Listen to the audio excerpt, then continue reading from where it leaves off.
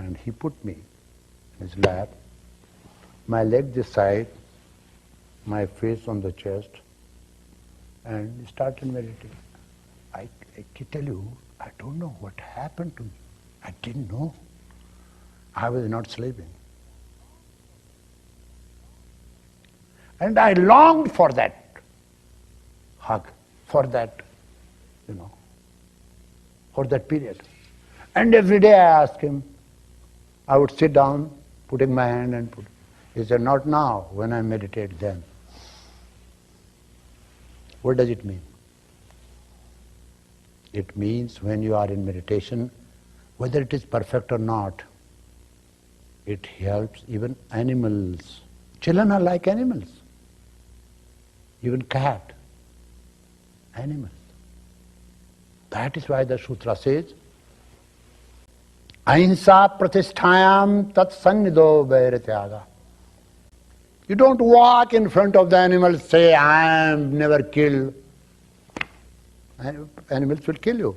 It's swabha. But when you are in meditation, you emanate so much power because you have attained the state of equilibrium where you are in touch with the center of love which is flowing equally for all. Then you have nothing, no ahimsa. For that period it is said, ahimsa pratisthayam tat sannido vairatyaga. Not for all the time.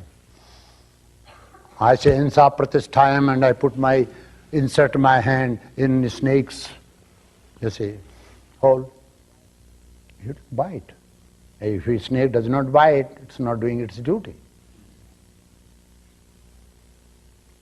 When you are in meditation, trying to do meditation, you are safe, you are best, you are fully protected by that mind which says, body is in the mind, but whole of mind is not in the body.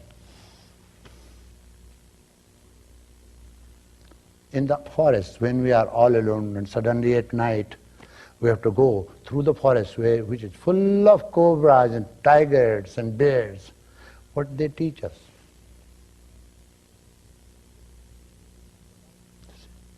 They teach us to create a ring of the light around us. How do we do that?